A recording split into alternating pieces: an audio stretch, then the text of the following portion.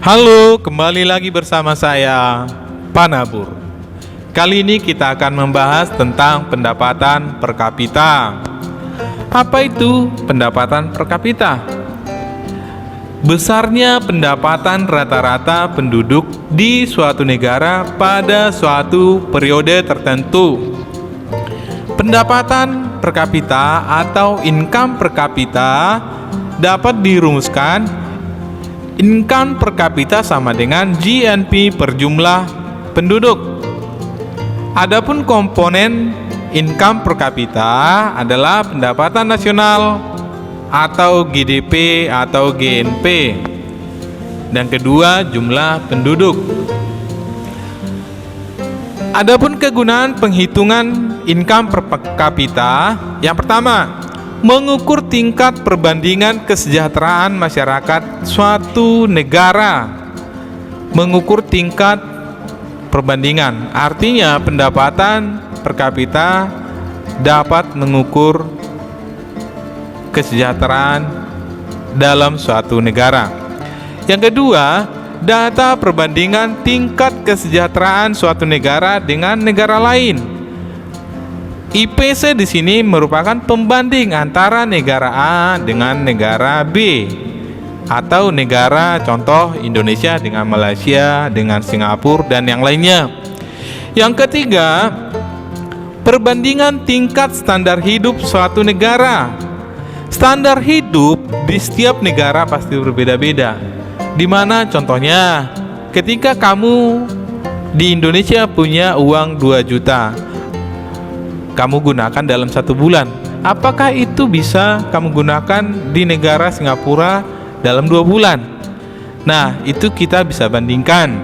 Yang keempat, data pengambil kebijakan pemerintah dalam bidang ekonomi. Nah, IPC, income per kapita, berhubungan dengan pemerintah sebagai pengambil kebijakan. Yang berikutnya, hubungan pendapatan nasional dengan penduduk. Hubungan pendapatan nasional dengan penduduk atau dengan income per kapita atau pendapatan per kapita. Income per kapita naik apabila GDP naik dan jumlah penduduk turun. Income per kapita turun apabila GDP turun dan jumlah penduduk naik. Sampai sini paham ya? Kita lanjut. Cara meningkatkan pendapatan per kapita. Yang pertama, tingkatkan pendapatan nasional GDP atau GNP melalui mengurangi angka pengangguran. Yang kedua, memperbesar lapangan pekerjaan melalui penciptaan industri padat karya. Yang berikutnya, meningkatkan kualitas pendidikan. Ya, minimal wajib belajar 12 tahun. Selanjutnya, penurunan jumlah penduduk melalui apa? Kualitas usia kerja ditingkatkan dan melakukan program KB atau keluarga berencana. Selanjutnya, pengelompokan gross national income menurut World Bank tahun 2019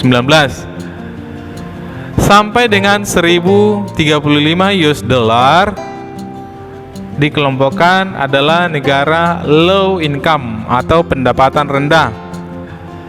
1036 US dollar sampai 4045 US dollar termasuk dalam kategori lower middle income atau pendapatan menengah ke bawah.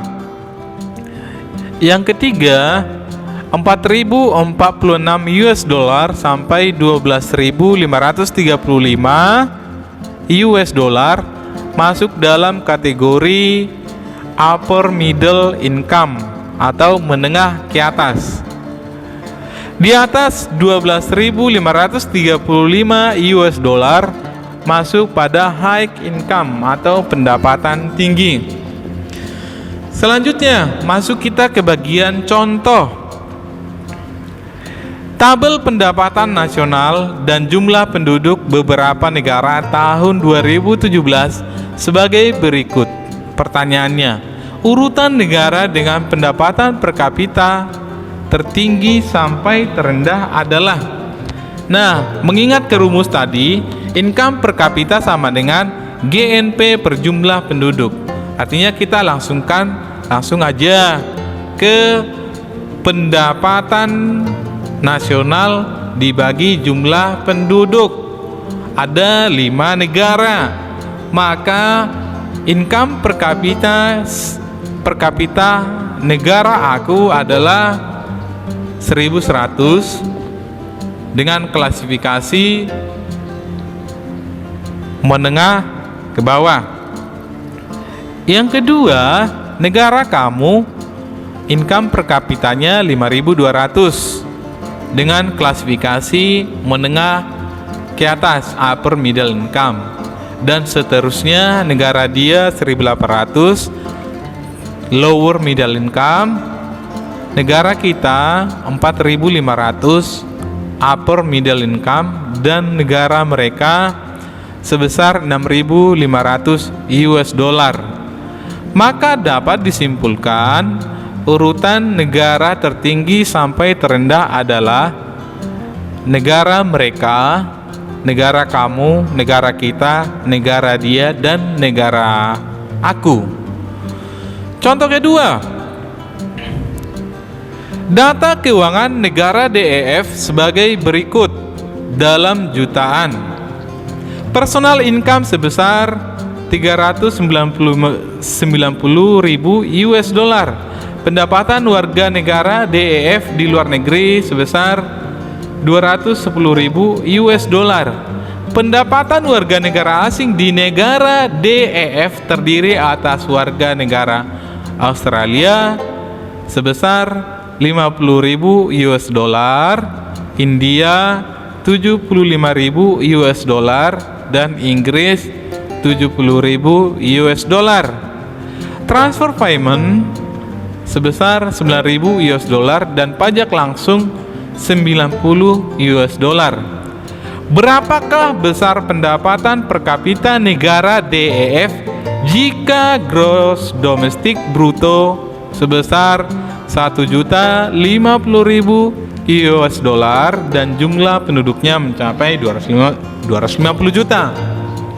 Nah, jika ketemu soal seperti ini, maka kita gunakan rumus atau kita kerjakan dengan income per kapita sama dengan GNP per jumlah penduduk. Nah, pertama-tama sebelum kita masuk ke rumus, kita hitung dulu besarnya GNP-nya.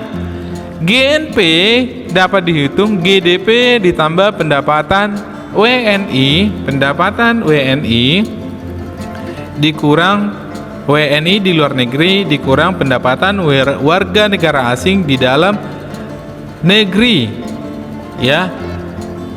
Nah, di sini kita hitung GDP-nya berapa. Di sini ditentukan GDP sebesar 1.050.000. Nah, pendapatan warga negara di luar negeri sebesar 210.000. Pendapatan warga negara asing dalam negeri, nah ini kita jumlahkan dulu.